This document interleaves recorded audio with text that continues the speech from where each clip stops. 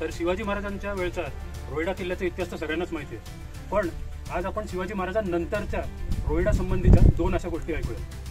पहिली गोष्ट, संभाजी महाराजांच्या मृत्यूनंतर मोगलांनी स्वराज्यात प्रचंड मुसंडी मारून सगळे किल्ले घेतले होते, पण जयदेश अपालीतल्या नोंदीनुसार मोगलांकडे गेलेला हा रोहिडा किल्ला हा 1690ला रामचंद्रपंत अमात्य आणि शंकराजी नारायण यांनी हल्ला करून परत मिळवला आणि तो स्वराज्यात आला.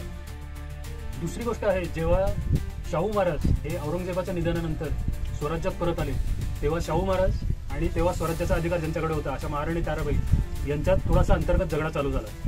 तेव्हा शाहू महाराज मजल दरमजल करत त्यांनी रोहिडा किल्ल्याला वेढा घातला. रोहिडा किल्ला तेव्हा होता सचिव शंकराजी नारायण यांच्याकडे. तर आता शंकराजी नारायण यांना असा प्रश्न पडला की ज्यांच्याशी आपण इमानाची शपथ घेतली आहे त्या महाराणी ताराबाईंकडे जावं का इथे खाली खुद्द संभाजी महाराजांचे पुत्र शाहू महाराज हे आपल्याला बोलवत आहेत त्यांच्याकडे जावं. आणि या अशा घोर विवंचनेत त्यांनी शेवटी आत्महत्या केली.